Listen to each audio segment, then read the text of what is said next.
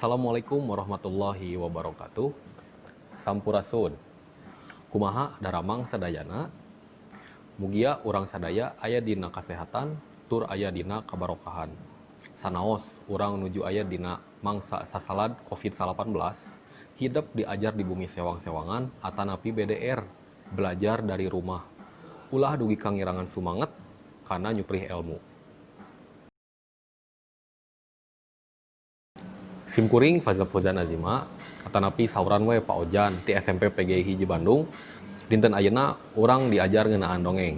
Yap.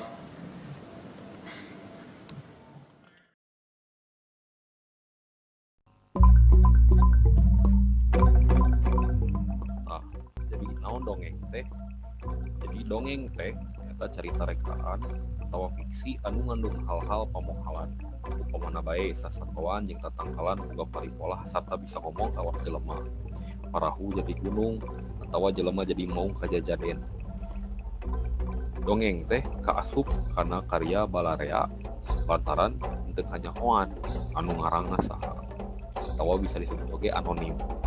Nah, unggal wewengkon miboga dongeng sewang-sewangan anu raket patalina jeung kaya tepat katut kapercayaan masyarakatna.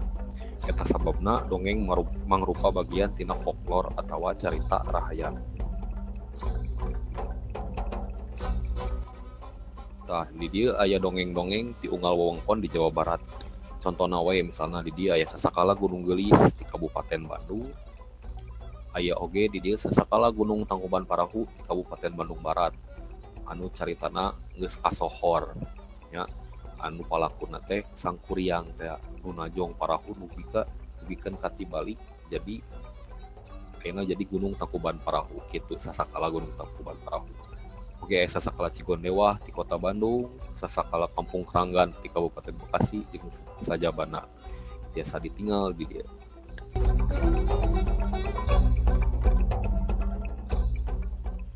Salian ti eta aya sawatara dongeng anu dianggap dongeng asli Sunda. Di antarana dongeng-dongeng Sikabayan jeung dongeng-dongeng Sakadang Kuya jeung Sakadang Monyet. Pama ditilik tina wanguna, dongeng teh aya anu panjang, aya oge anu pondok.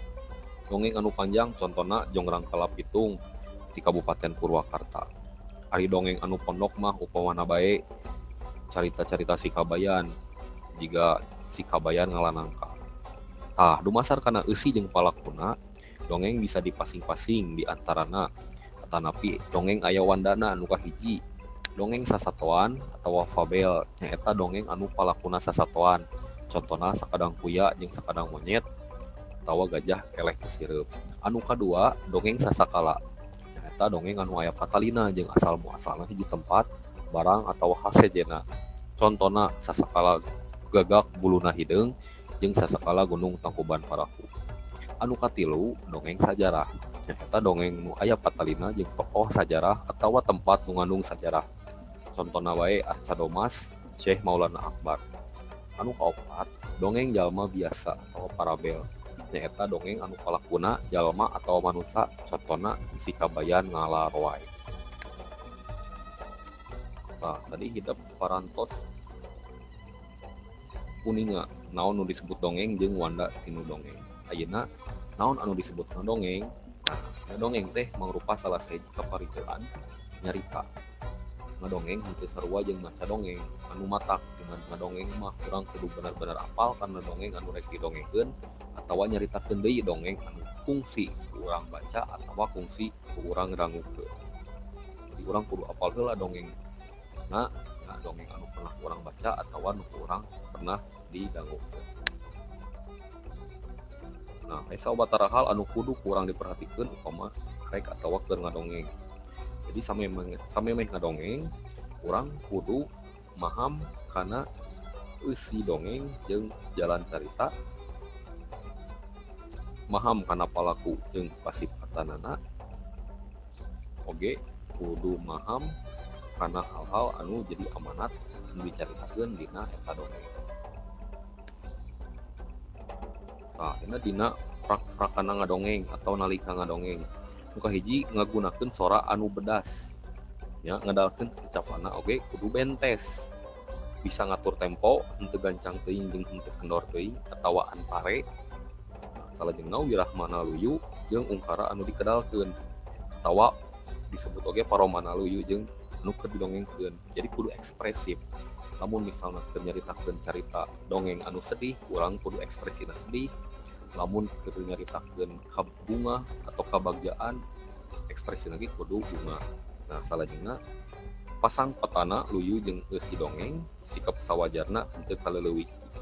Jadi dina ngadongeng ge kadang urang kudu make pepeta atau make gerakan tangan, biasanya disebut oge gestur atau gerak tubuh.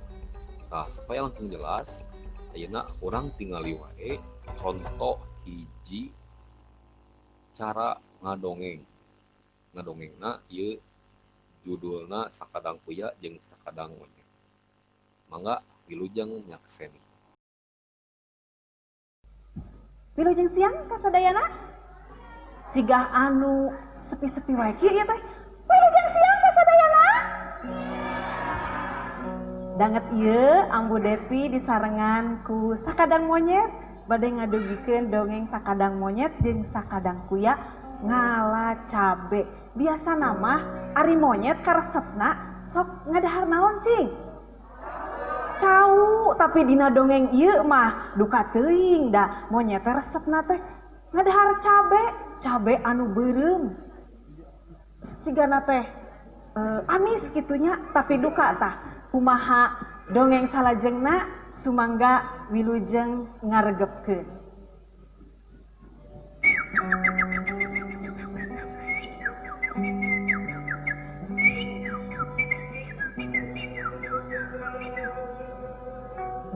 Zaman baheula kacaritakeun di sisi leuwih aya Sakadang Kuya anu keur moyan.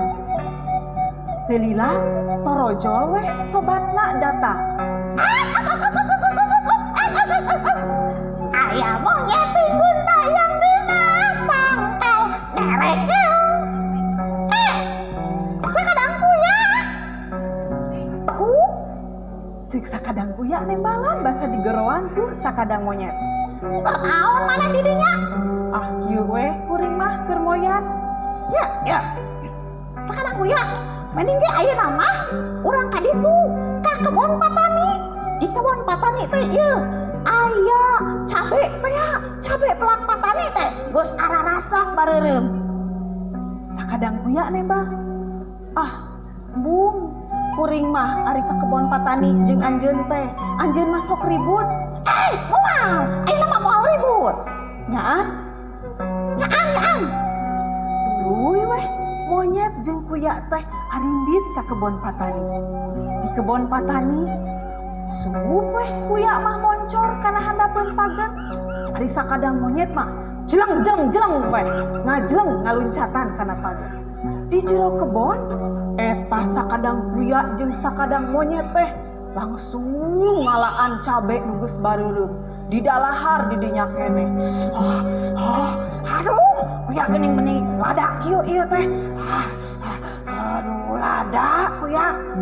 Monyet maling cabe be di kebon ngawas-was ngeremus di kakos di peueung.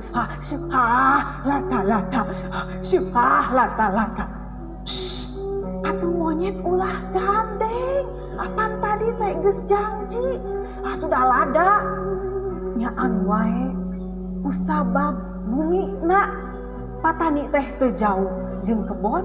Atuh patani teh buru-buru datang ti bumina nuju ka kebon. Rek mariksa aya naon cenah di kebon. Bet aya anu gararandeng. Barang ningali aya patani datang, wah aya patani geningan. Atuh jeleng bae. Si Sakadang Monyet mah lumpat ninggalkeun kuya sorangan. Sakadang Kuya ukur colohong. Monyet tungguan atuh, monyet tungguan kuring. Geningannya iyo geningan ieu anu sok ngaruksak kebon cabe kuring teh beunang sia ayeuna mah. Sakadang Kuya tuluy diasupkeun kana kurung hayam. Peutingna Sakadang Kuya meuni sedih ka cida manehna hayang kaluar tina kurung hayam. heuleuteup ningalikeun bulan. Duh bulan tulungan, duh bulan tulungan, kuring hayang leupas tina kurung hayam. Barang keur kitu datang sakadang monyet. Sakadang kuya teh meuni atoheun. Yeuh monyet, kuring mah isukan teh arek dibere bumbuahan anu loba pisan ku patani. Jaba kuring mah arek diangkat jadi anak ku patani teh. Hah? Nu bener nyaan. Geus satu ari kitu mah maneh keluar. Kuring anu di jero di dinya. Embung, maneh keluar, kuring anu di jero di dinya. Monyet tuluy muka kurung hayam, kuya dikaluarkeun, dialungkeun ka leuwih. Monyet balik deui asup kana kurung hayam. Poe isukanana patani saged siap-siap ngasah bedog nepi ka seukeut pisan. Atuh monyet teh dina kurung hayam nempokeun, nah geuningan patani teh kalah ngasah bedog, ceuk dina pamikirna jeung hate. Ari kieu carana mah kuring kudu api-api paeh daripada dipencit. Ulah weh si monyet teh papaehan. Atuh patani geus beres ngasah bedog tuluy ningali ka kurung hayam. Geuninganan ieu teh kuya teh robah jadi monyet ieu jeung paeh deui. Jang naon monyet paeh. Wae monyet teh dialungkeun. Kubrak monyet ngagubrak dina taneuh. Barang geus ngagubrak dina taneuh, korejat monyet teh udah. Geus eueuh patani teh. Ari kitu mah kuring arek kabur weh, arek balik deui ka leuweung, arek ngamprokan deui dulur-dulur kuring. Monyet balik ka leuweung bangun bungah pisan. Aya monyet tinggun tayang dina tangkal merengkel, jalubi kanjeng anak masukkan sukan ararecet. Ting calak ngatan memang bunuh asap terebeh. Hatur nuhun.